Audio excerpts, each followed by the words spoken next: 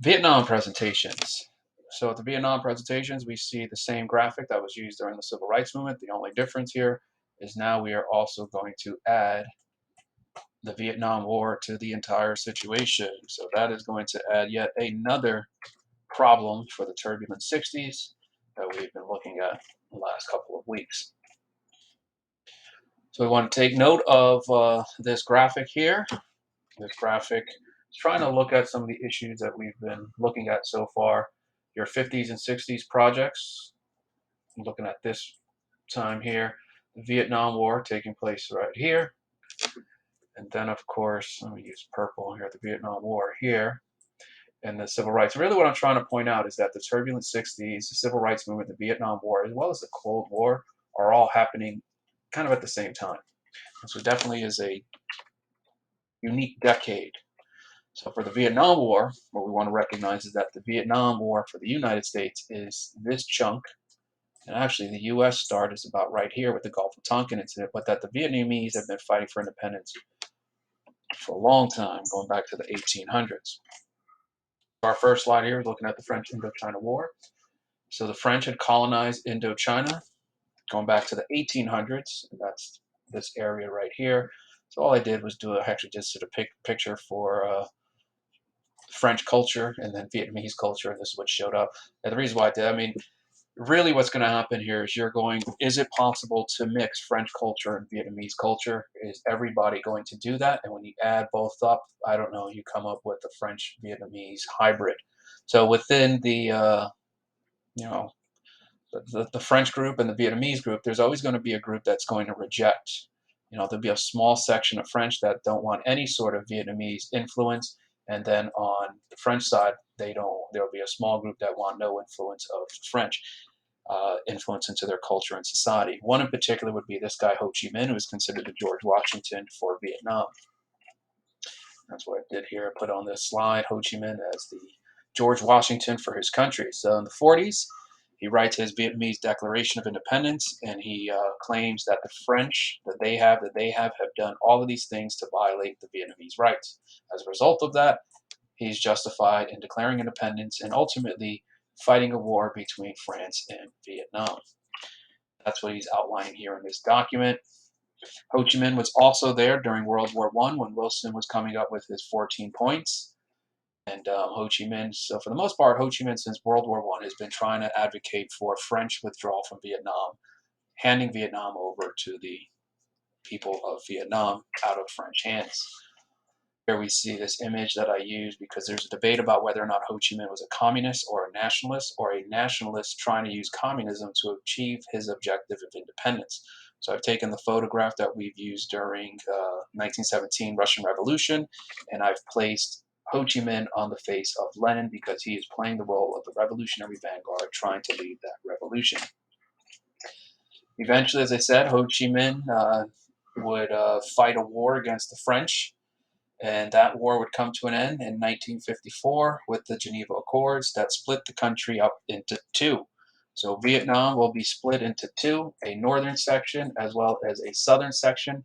Both would elect a leader.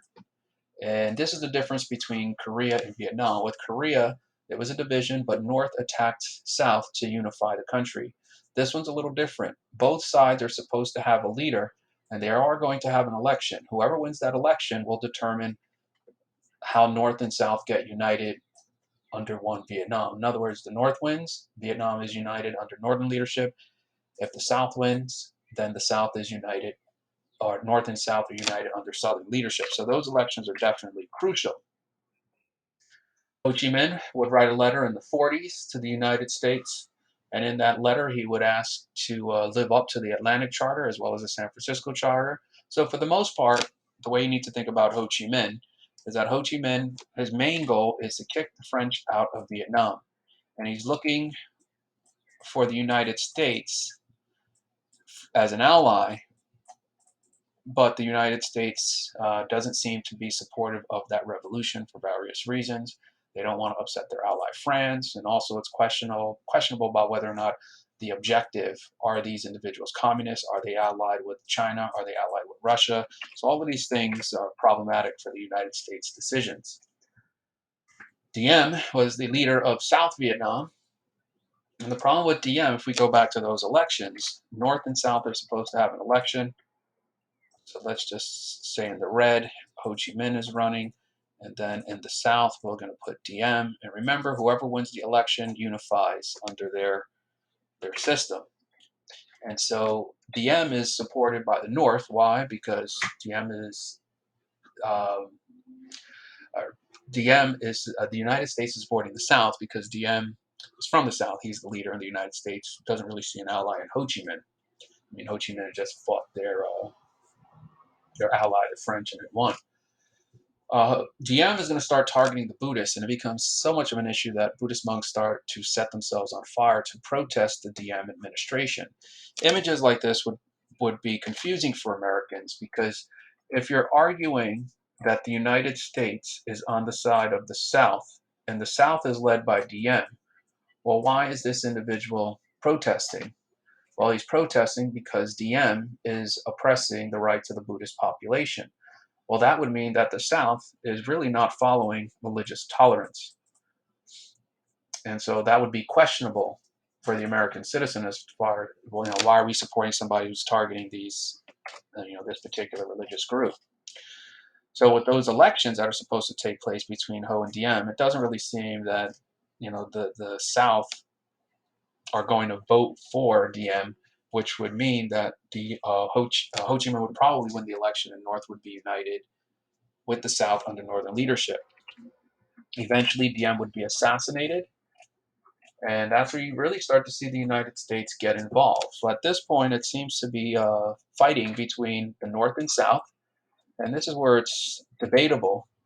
The U.S. may or may not have two ships to turn and join the Maddox in the Gulf of Tonkin, and those two ships may or may not be assisting a southern raid. So I'm going to put this blue line here. This represents a potential southern raid on the North as they're fighting a war. The United States may or may not be assisting using these two ships.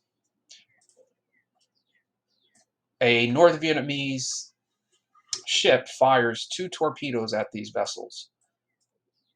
Why? We have no idea. Was it really the decision of Hanoi? Was it the action of this commander? This will all be disputed. It will later come out years later. And McNamara's book, Argument Without End.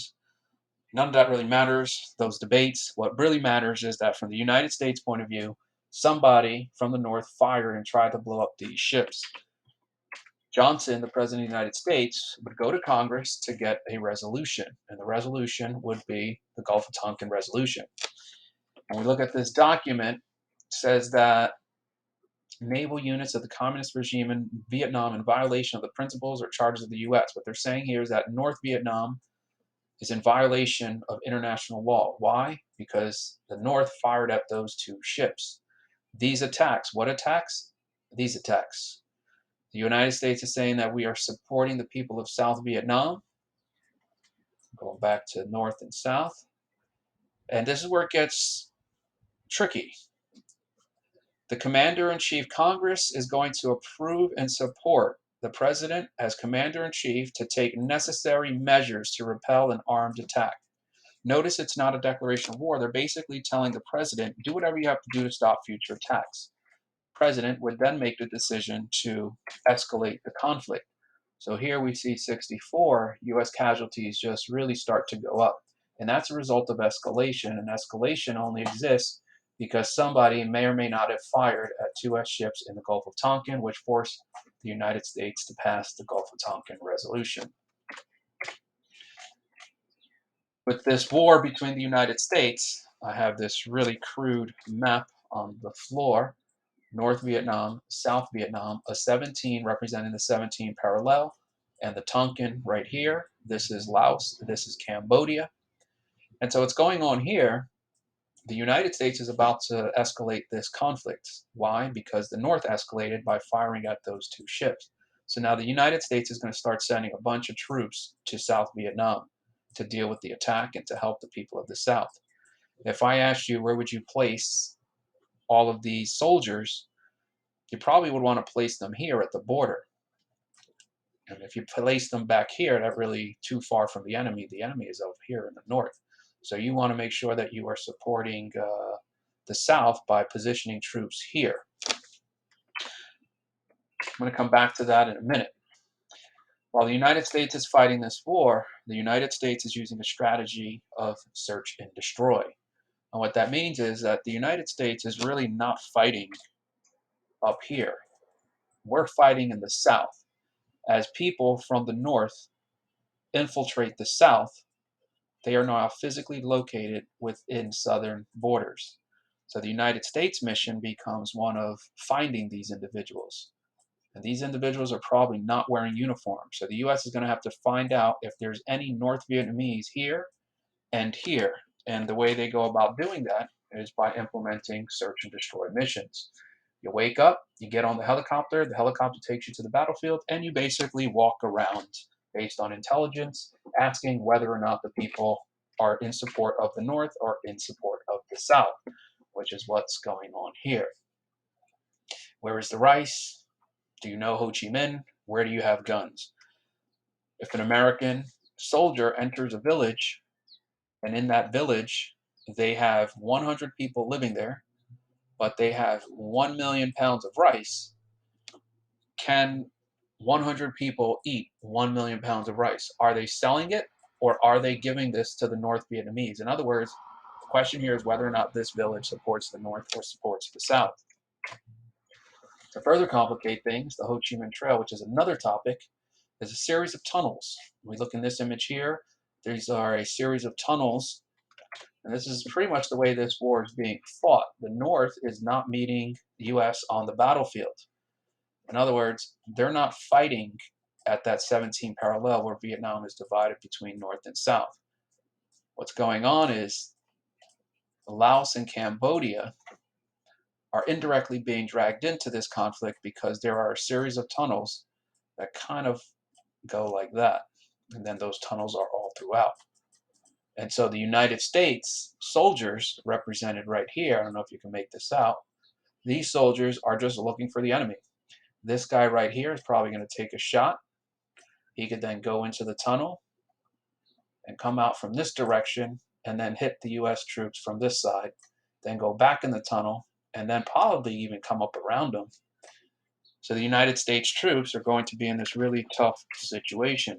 Going back to the map in the classroom, if I positioned a student in each box, well, somebody representing South Vietnam, somebody representing the US, and I said, where would you position your troops?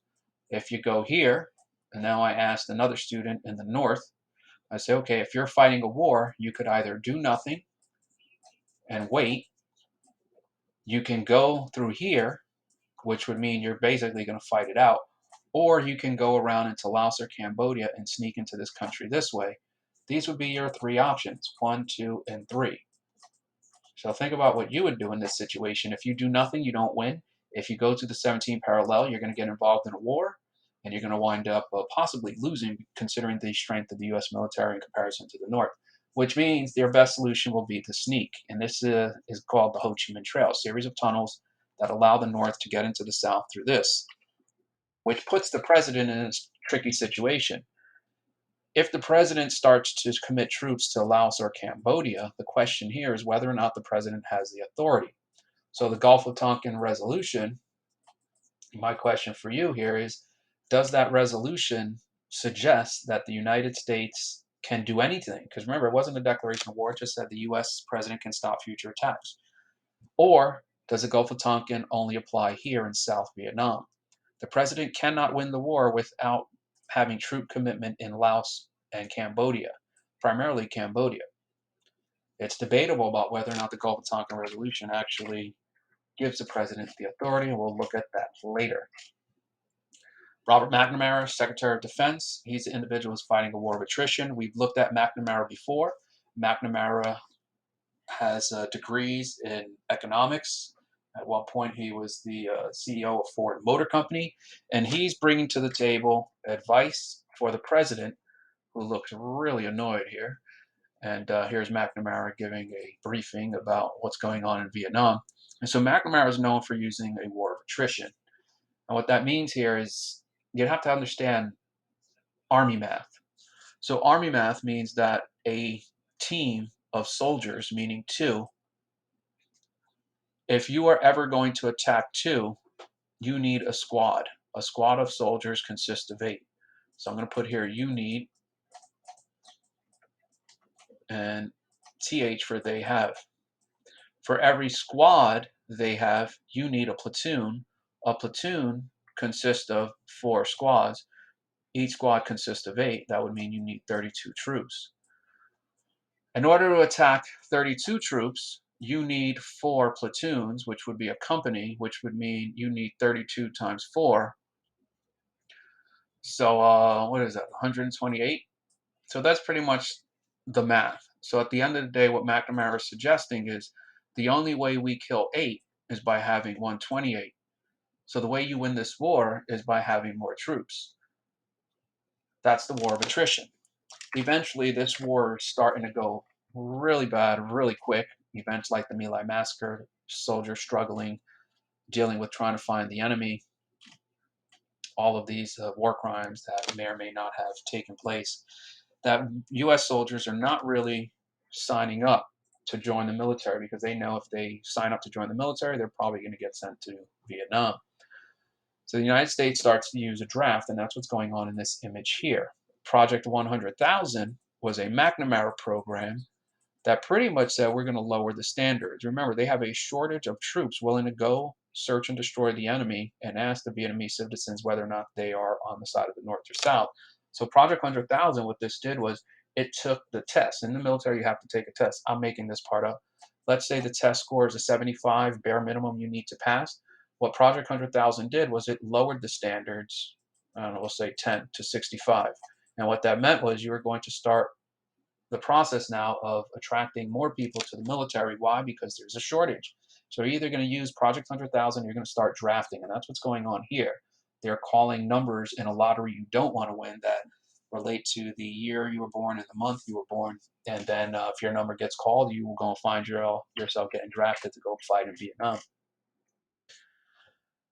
This image here is towards the end of the war. This is the last image of the United States leaving. What's going on is this helicopter, which is a U.S. helicopter, is taking people from the U.S. Embassy in South Vietnam. So I'm going to put here north, south, and this helicopter is flying people back and forth in Operation Frequent Wind, and they are taking South Vietnamese citizens onto U.S. ships to later take those individuals and take them to the United States. If you're wondering why would North or Southerners want to leave, because they know that North Vietnam is about to take over South.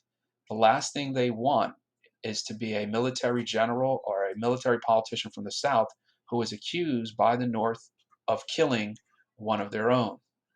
In other words, they don't know if the North is going to come in and kill them because they were on the wrong side during the Revolution.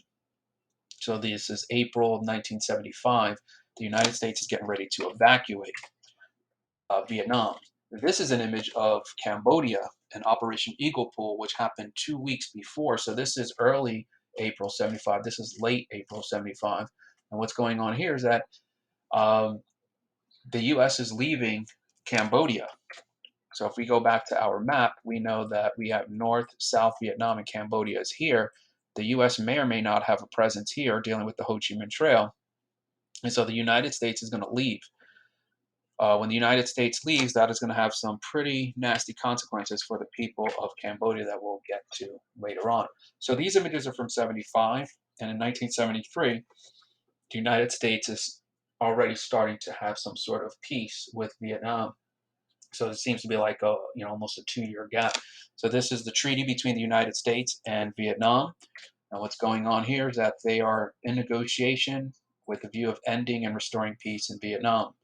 And that's what's going on here. They're recognizing the 1954 Geneva Accords, which is crazy because the 54 Geneva Accords split the country up into two. And so it doesn't seem that the United States really achieved anything. In 54, Vietnam was divided north and south, and they're agreeing to that here in 73. The only difference is by that time, you have over 50,000 Americans dead and 2 to 4 million Vietnamese dead. So what exactly did the U.S. accomplish? I have no idea. I included this topic to add another layer to Martin Luther King Jr. He wrote a speech Beyond Vietnam where he addresses, his views on the Vietnam War. So I want to just include this to get the conversation away from King as somebody who was only concerned about rights, African American rights, somebody who was really concerned about poverty as well as the Vietnam War, another part of the turbulent 60s. The War Powers Act is linked to the Gulf of Tonkin and some of the other issues that I addressed that I'll probably come back to. So I just did a quick Google search here, and what's going on with the War Powers Act is that the president, we're going to put executive branch, legislative branch. The War Powers Act says that the president, when using U.S. military, he must notify Congress within 48 hours of military action, and he has to prohibit the armed forces from remaining more than 60 days. So that basically means that the president, for 60 days, can use the military to do whatever he or she wants. And the legislative branch really can't do anything about it other than be told about the decision. 1968 election, we know that Lyndon Johnson decides that he's not going to run, which leaves the door open for Nixon. Nixon runs on his Vietnamization plan, which means we are going to have the South Vietnamese fight the ground war. So let's go back to my graphic that I've drawn numerous times already. What this means is that the United States is going to pull its soldiers out and send them home, and they will let the South Vietnamese continue fighting, and the U.S. will just step up the bombing campaign, which means we're not really leaving. We're just there uh, in a different capacity. For example, we're going to start bombing this country. This image right here is fascinating for the amount of bombs. Now we're also looking at Cambodia. I know it might be confusing at this point, so you have to keep thinking about that map. I'm going to put Laos and Cambodia. So this guy is the prime minister of Cambodia, and in Cambodia, at the same time the Vietnam War is going on from 70 to 75, there is a civil war. The civil war is between Long Nol and the Khmer Rouge. The Khmer Rouge is arguing that Long Nol doesn't have the best interests of the Cambodians in the mind, and that he's allowing the United States to have operations in Cambodia. And so if you're on the side of Long Nol, that means you're also on the side of the United States. If you're on the side of the Khmer Rouge, that means you're on the side of, I guess, the Cambodian people. So there's two things going on. Long Nol is allowing the United States to operate in Cambodia so the United States can deal with the Ho Chi Minh Trail. And then in exchange, he gets access to U.S. aid to help in his civil war against the Khmer Rouge. Doesn't really matter because Pol Pot removes Long Nol in 1975. And what he argues is that Cambodia is going to be supported bombs. And as a result of that, this leads to what becomes known as the Cambodian genocide. So how exactly does that play out? Let's go back and take a look at this graphic once again. We know that Ho Chi Minh in the north is using the Ho Chi Minh Trail, which prompts the United States to start bombing Cambodia. The bombing of Cambodia leads to a civil war between Long Nol, aided by the U.S., fighting against the Khmer Rouge. When the United States leaves Cambodia, then Vietnam, in 1975, I'm going to put the United States is going back home, going back to the U.S. This creates a situation where Long Nol is out of power, the U.S. has already been removed, and the Khmer Rouge comes to power, and they want to start targeting anybody who is on the side of the United States or Long Nol. And this leads to the Cambodian genocide, where over 1 million Cambodians are killed for basically being on the wrong side during the revolution. That's what this image right here is addressing. Last thing we want to talk about here is the Pentagon Papers. So the Pentagon Papers, published in 1971, the Pentagon Papers outlined everything that was wrong with the war in Vietnam. So the Pentagon Papers, these things are starting to be produced in the late 60s. So I'll just put here the Pentagon Papers, and that's with LBJ and then later Nixon. And what's in this? All of the wrong things that occurred in Vietnam. all of the wrong choices, the bombings that were legal or illegal in Cambodia, depending on how you interpret the Gulf of Tonkin Resolution. And Nixon is going to get upset when the New York Times somehow acquires this Pentagon paper report and they publish it, which leads to a situation where now people are aware that Nixon was bombing Cambodia, as we indicated up here. And that's what's going to put pressure on Congress to pass the War Powers Act. And it all goes back to the Gulf of Tonkin and that question of whether or not the president had the authority to bomb Vietnam, or actually Cambodia, in order to win the war. So if we go back to the Gulf of Tonkin resolution, I would say the president did take any measures. He was given the authority to bomb Cambodia. He could have did anything he wanted at that point. That's it for the Vietnam War presentation.